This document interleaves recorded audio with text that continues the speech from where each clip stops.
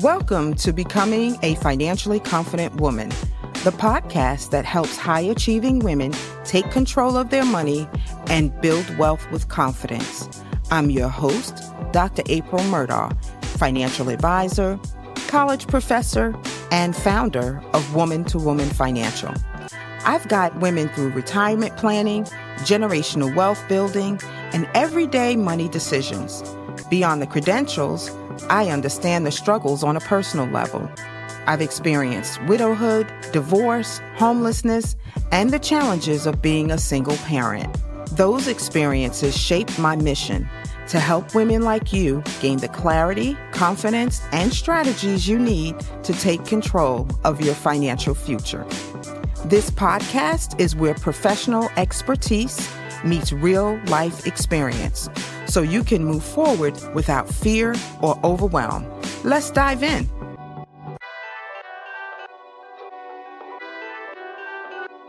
Hey, ladies. Dr. April Murdaugh here, Woman to Woman Financial. I am so glad you're tuning in again for another episode of Becoming a Financially Confident Woman. In today's episode, we're going to talk about starting over at any age. We're going to talk about money rules for divorce, widowhood, and just new beginnings. Now, the purpose of this episode is to empower women who are rebuilding after divorce, widowhood, or major life transition. We want to empower you with clarity, with confidence, and with compassion. I want to guide you through the emotional and the practical and financial steps that help you make a fresh start. So let's get into it.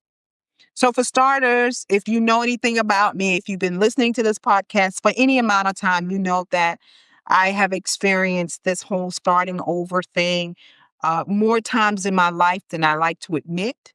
That I was a widow at the age of 22 with a 4-month-old.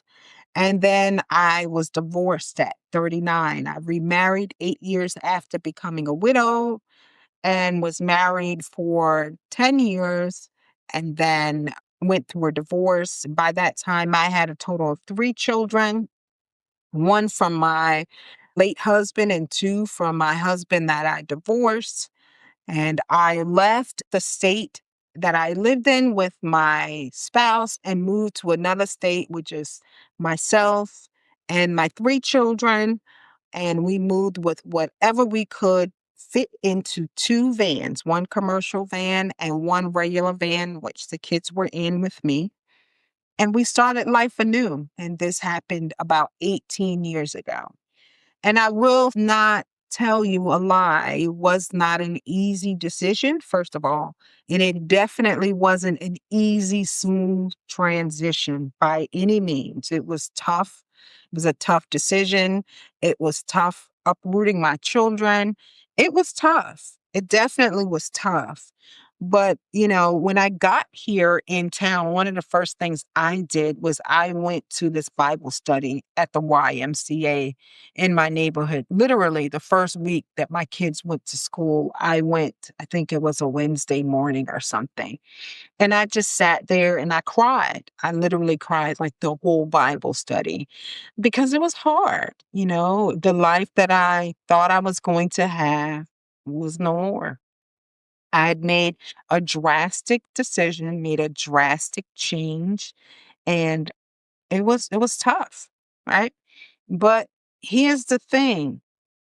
If I did it, I know that you can. And so if you identify as a woman that's been divorced or a widow or someone who just needs to start over, maybe you weren't legally married, but you were in a long-term relationship and you're like, okay, it's over. I've got to start over. This podcast is for you. So listen, starting over was never a part of the plan. Like I mentioned, it was just never a part of the plan.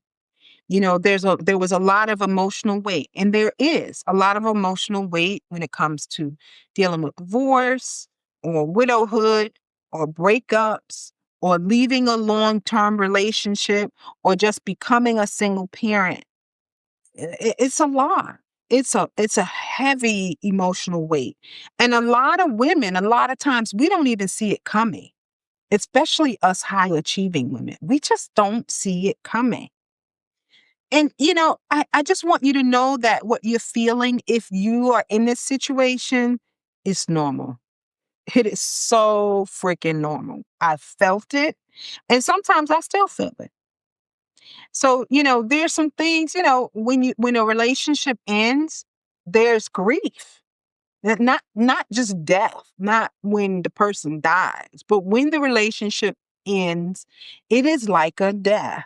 It is literally like a death, especially divorce. It's like a tearing apart of your heart. And so it's normal to feel confused. It's normal to be like, well, who am I now? How do I identify? Before I was a wife, I was a mom. And now, who am I?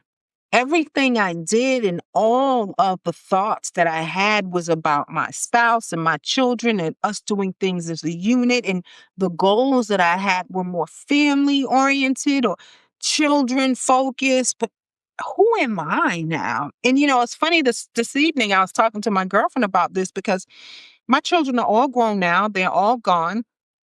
And for the first time in my adult life, I live on my own, in my own place with no kids, no pets, just me in my house. I have a 2-bedroom, 2-bath. It's not extravagant. It's actually smaller than the house that I lived in. And I love it. But there are times, especially when I got here, and even still, where I'm like, oh my God, April, who are you? Like, what do you even like to do? I love the work that I get to do. I love recording this. I love working with women, and I love that. That's my ministry. I love that, period.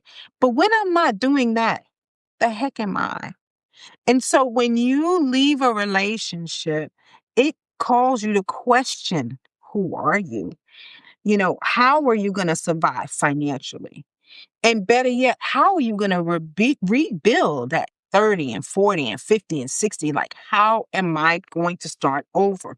A lot of times we have this thing where, oh God, I'm so late. It's too late. Life is passing me by.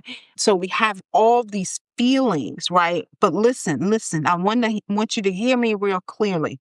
You can start over emotionally, financially, and spiritually, and you can come out stronger.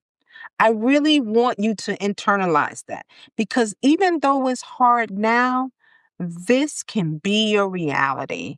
And I want you to visualize a life for yourself where you have started over and you are stronger emotionally, more confident financially.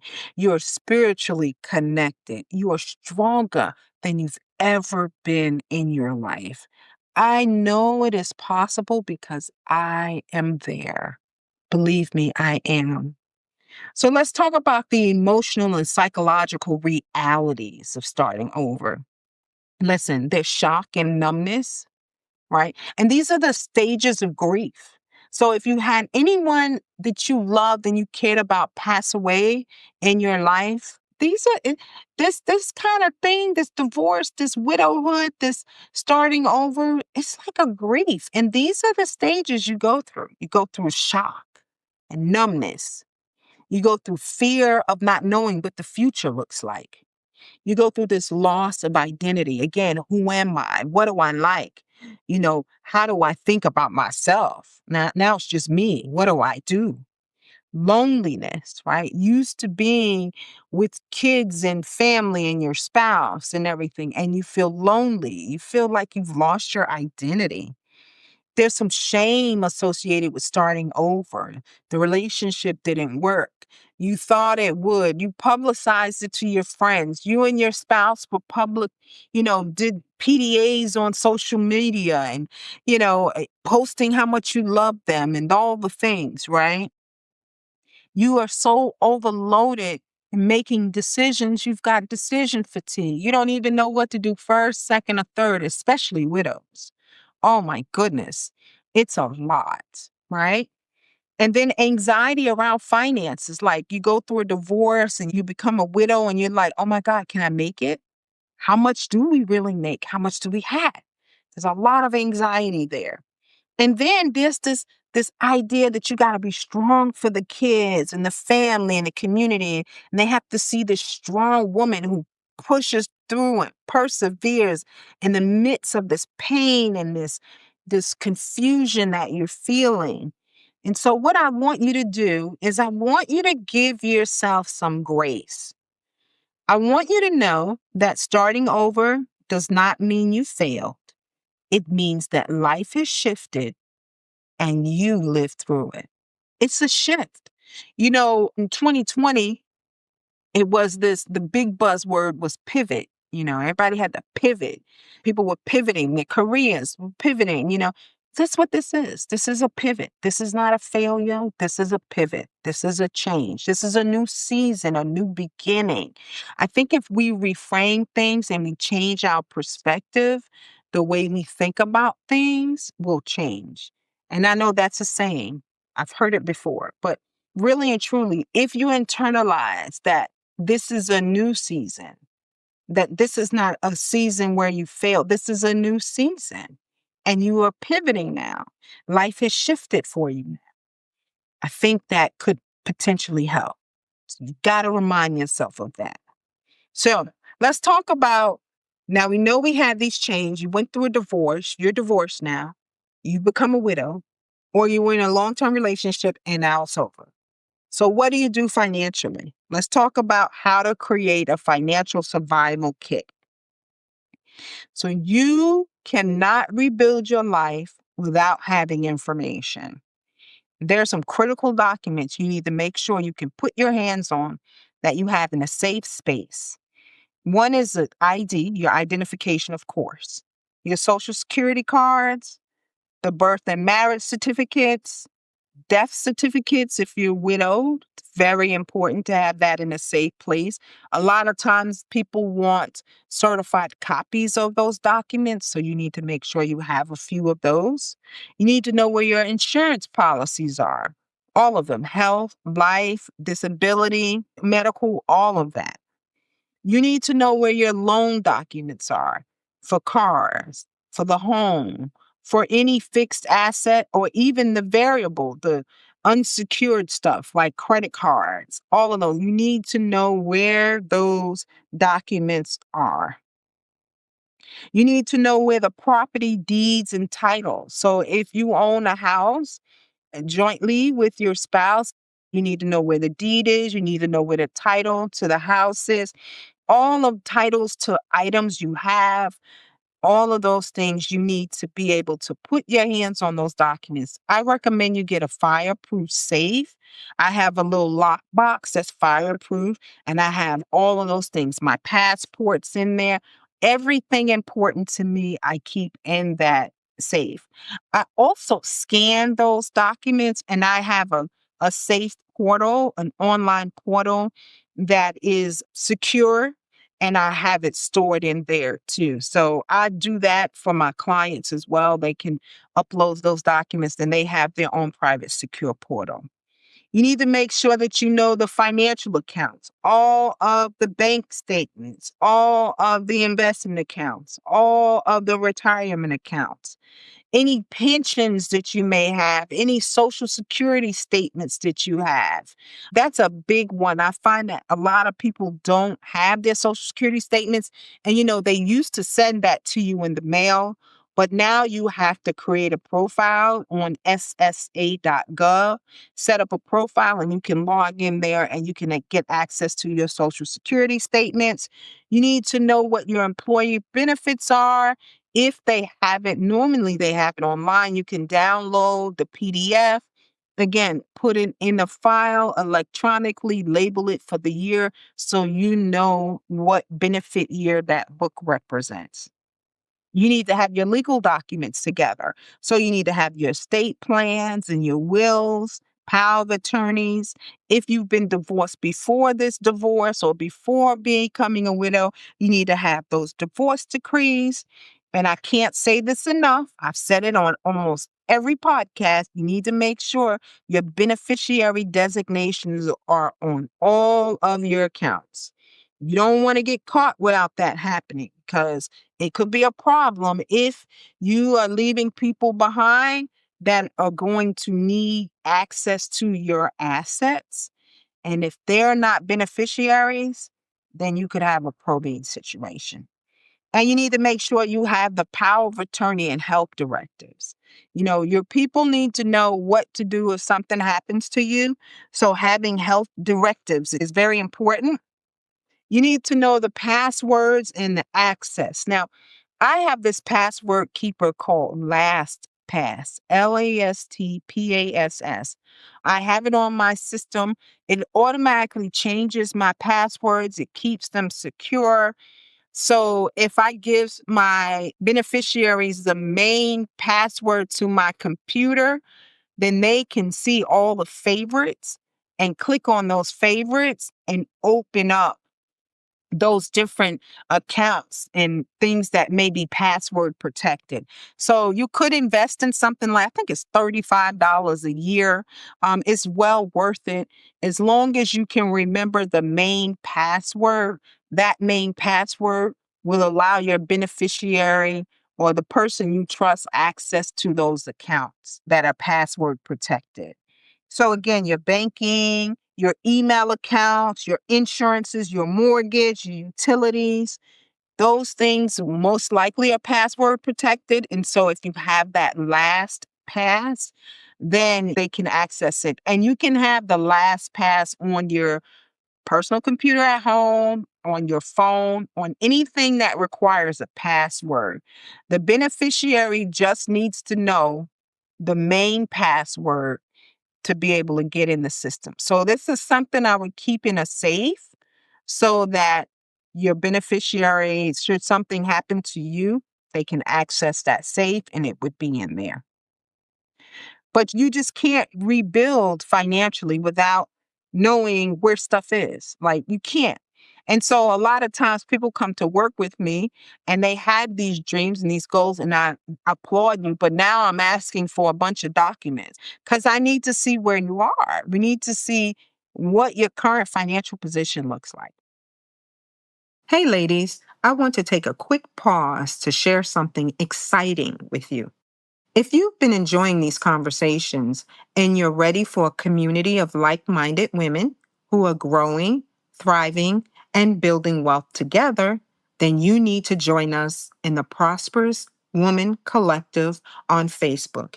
It is a safe space where ambitious women connect, share resources, celebrate wins, and encourage each other on the journey to financial confidence and prosperity. You don't have to walk this journey alone. Come be a part of the sisterhood. Just search Prosperous Woman Collective on Facebook and request to join today. I cannot wait to welcome you in. You need to start working on the next thing is your credit and your debt. What does that look like? So you need to pull all three credit reports. There is a website that allows you one free credit report a year and it merges all the credit bureaus. It's called annualcreditreport.com. You can pull a credit report and it will merge all three bureaus. And then you can see one, if there's erroneous information on the credit report, if there's debt that's in your name that you never took out, accounts that have been opened without your authorization. So you need to know that. You need to identify all debts on the credit report as being yours, all loans, all joint accounts, medical bills, student loans, everything. You need to check that report for complete accuracy. And then you need to decide what to keep, what to close, or what to consolidate. And here I kind of am cautious on, I think that you should have a third party kind of look at this and help you because sometimes closing accounts can negatively impact your credit. But if it's a toxic joint account, then I would say yes, close it. If you have rates and it's too high and you can refinance them, then I say do that, especially with the house. The challenge with the house, though, is if you go through a divorce and the spouse that you divorced is a primary breadwinner, you may have a challenge refinancing the house. If you become a widow and the same thing happens, the house will pass automatically to you in most states. So that won't necessarily be an issue. It's just whether you can afford to keep up the house payments. So those are things. If you are nervous about your credit, then one thing I would suggest is you freezing your credit. You can put a freeze on your credit. And so that way, not everyone can, apply for credit, and it will give you an alert if someone tries to apply for credit. And one thing I want you to know, everyone is on the credit hike. I think now more than ever before, people are very transparent about their credit score. Before, years ago, that was like a no-no, it was taboo, but now everyone speaks about it. And a lot of people associate credit with good money management. Like, yeah, I have good credit. That means I manage my money well. And that is so not true. Good credit is a reflection of the fact that you paid your bills on time. Good credit is a reflection of the fact that you've been responsible. You've been a person of integrity. They said the bill was due on the 25th. You paid the bill on the 25th. That doesn't mean you manage your money well. It just means that you're a good bill payer. Really, I mean, that is really it. It has nothing to do with your ability to manage money, and it has nothing to do with your character. And a lot of times people associate their credit score with their character, whether it's low or high. And I want you to get away from that. It is a tool. It is a tool that you can use. And guess what? If it goes in the toilet because of a divorce or becoming a widow or a relationship change, you can rebuild. Trust me on that. Been there, done that. So now you need to really understand what you have. You need to understand your net worth, your cash that you have, your investments, your assets, and your liabilities. You need to know your debts. You need to know what it takes for you to live each month. How much money do you need every month to maintain your lifestyle? You need to really know that because most women don't know their true financial picture until after the transition. For some reason, we don't take the time to really look at our finances. We know what our mortgage payment is, the car payments are, all of that. But what it truly takes to live, it's like a situation has to occur for us to realize or really take stock in what it takes for us to live. You should know that. You should know that at minimum, I need $5,000 a month to live comfortably. That includes nails, hair, toes, makeup, all of that. Every month, this is what it takes for me to live. You need to understand what that is. Knowing your numbers gives you back your power. You need to know your numbers. And then you need to start creating your new budget and creating a new lifestyle plan. So you need to understand things like, okay, what's the housing cost going to be like? Transportation costs. What are your food costs going to look like? A lot of times, food is the budget or the line item that people just run away at. They have no control over it, and I remember I moved out on my own into my own place June of this year. And I was so used to shopping for my family, and I was going to the store and I was buying like I had kids still in the house. And I was like, oh my gosh, I'm not eating all this food. I'm wasting this. This is ridiculous. It took me a while to reset and realize that I didn't need to buy all that stuff. So you need to really get an understanding of your post transition expenses. What is it truly going to take you to live the life? And then you need to decide what things need to change. Do you need to downsize? Do you need to reduce expenses? Are there some debts that you can negotiate? Do you need to temporarily adjust your lifestyle? One thing that I tell, especially my widow ladies, is don't make rash decisions immediately. You you're too emotional. Right now, just let's figure out what it takes for you to maintain your lifestyle and let's just focus on that. Until you can get a handle on all of the things, let's just focus on, okay, let's just pay the bills. Don't start paying off a bunch of debt. Don't We need to know everything you have first and everything it's going to take for you to live at the bare minimum lifestyle. So I do advise that. I do advise that you start looking at, okay, how can I create an emergency fund now that you're single? 6 months of expenses, fixed and variable expenses, are important to have in a high yield savings account. So if it takes you, again, $5,000 to live, you need $30,000 saved somewhere.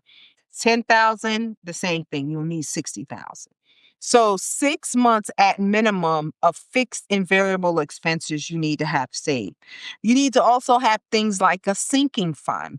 Like if you pay your car insurance every 6 months, then you need to have a fund where you're putting aside a certain amount of money every month. So then when the payment is due, you can just pull the money out of that account. I do that all the time. I have all these mini accounts. So then when these things are due that have lump sum payments once or twice a year, I can just pull the money out. You need to have things like short-term goals and long-term goals. Like, what's your short-term goal? Do you just want to, like, I don't know, just be able to pay your bills for 3 months straight? Like, that could be a feat. That could be like, oh my gosh, if I could just pay these on time, 3 months straight and not get sidetracked with the grief that I'm feeling. Maybe that's a goal. It could be something simple or it can be something complex, but keep it simple. I say keep it simple. You don't want to overwhelm yourself. You have enough going on emotionally, mentally, and physically because your body is feeling all the feels because of this new change. You don't want to overwhelm yourself. So I tell you to take one step at a time. Don't overcommit. Don't promise people anything, especially my widows. Don't. Don't tell your kids what you got. Don't tell them what you're going to pay them. None of that. Just focus on taking care of you. Now, let's talk about rebuilding wealth, right? Now you start over, you got to get back in the game. Well, once you get your emergency fund up, once you get the debt down or eliminated, which is ideal, then you can start doing things like increasing your 401k contributions, contributing to a Roth IRA if your income qualifies. If you're over 50, you can put more money into your 401k so you can increase your retirement contributions. You can start investing without fear. You can start working with someone like myself to help you understand what index funds are and ETFs and how to dollar cost average and long-term investing strategies and coming up with a financial plan so that you can live the life you want whenever you want to retire and what that looks like.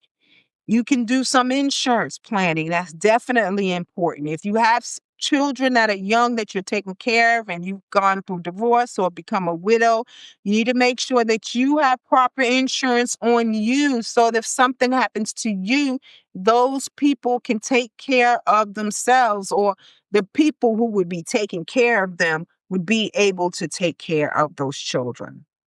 So that's important. Making sure you have disability insurance, long-term care. That's a big issue. If you're a single woman now, we've got to figure out a long-term care strategy. What does that look like? Do you want to stay in your current home till you pass away? Do you want to go into a facility? Well, how can we plan to make sure you have the resources to do that? That is very important, right? Estate planning. We talked about that before, but you need to update wills. Your situation has changed. You're not married anymore. You need to update the will to make sure the right people get those assets you want to have them. Update the power of attorneys, right? Update your trust. Update the beneficiary. Protect your children. All of those things need to be addressed. And then, most of all, you need to have some financial boundaries in this new life that you have. See, a lot of single women that have experienced widowhood and divorce fall into people pleasing and over giving. And we definitely do not want you to have this. So, I want to make sure you understand that no is a complete sentence. And you do not have to explain your reasoning to anybody but yourself and your God. That's it. You don't owe anybody any explanations.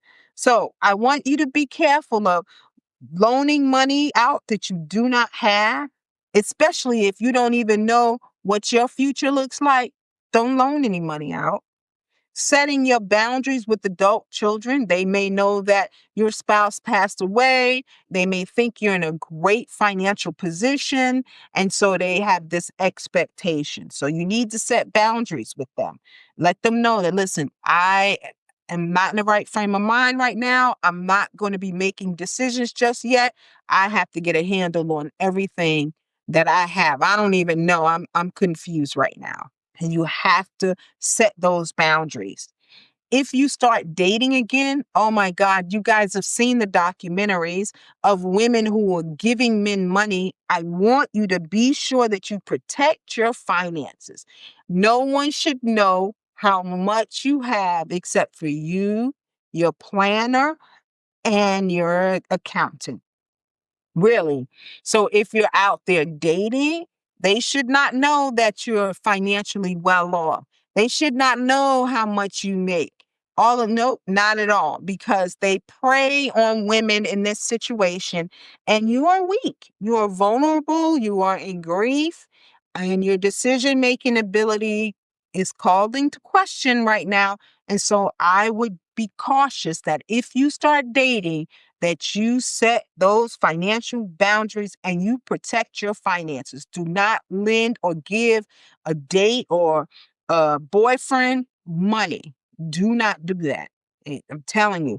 I have a friend of mine who was in a group with me, and her husband died. She had been married for like 50 years, and she started online dating and Facebook dating. She met this young man, and he was extorting her for money all the time. They finally were to meet, and she flew out to Texas to meet him, only for him never to show up. But she had lost all of her money. I mean, she just kept giving him money, and 10,000 here and 10,000 there, and she was completely broke and had to move in with her children. Please do not give anybody any money, especially if they know you're a widow. So avoid financial entanglements. Don't rush into marriage without planning. The prenup, listen, that's a good thing. You have to build trust slowly. So your new beginning begins and requires boundaries. That's what I want you to understand. I really want you to understand that. So listen, for those women of faith like myself, there's a couple things I want to speak to you about as regard to this, because this is a tough time. Whether you're divorced, widowed, or just starting over from a relationship that didn't work out the way you want it to work out. This is what I want you to know. I want you to know that God sees you.